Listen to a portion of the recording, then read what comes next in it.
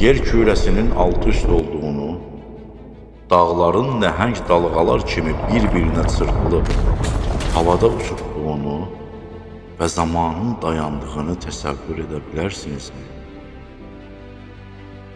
Bu sadəcə bir film senarisi deyil.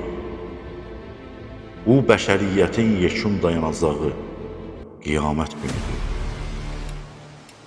Allahın fərmanı ilə hər kəs yenidən diriləcək. Bütün gizli əməllər ortaya töküləcək və bəşəriyyət iki böyük dəstəyə ayrılacaq. İtaatkarlar üçün elə bir cənnət var ki, orada nə qocalıq var, nə xəstəlik, nə də qorxu. Lakin günahkarları qorxunc bir aqibət gözləyir. Əlləri boyunlarına bağlı, əyinlərində alov saçan paltarlar və qapıları əbədi qapanmış cəhənnəm.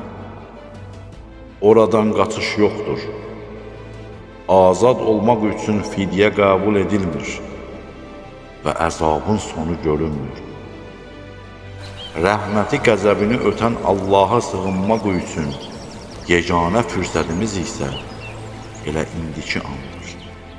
Çünki o gün dağlar belə qorxudan əriyərkən, insanın sığına biləcəyi tək mülk dünyada etdiyi saf əməlləri olacaq.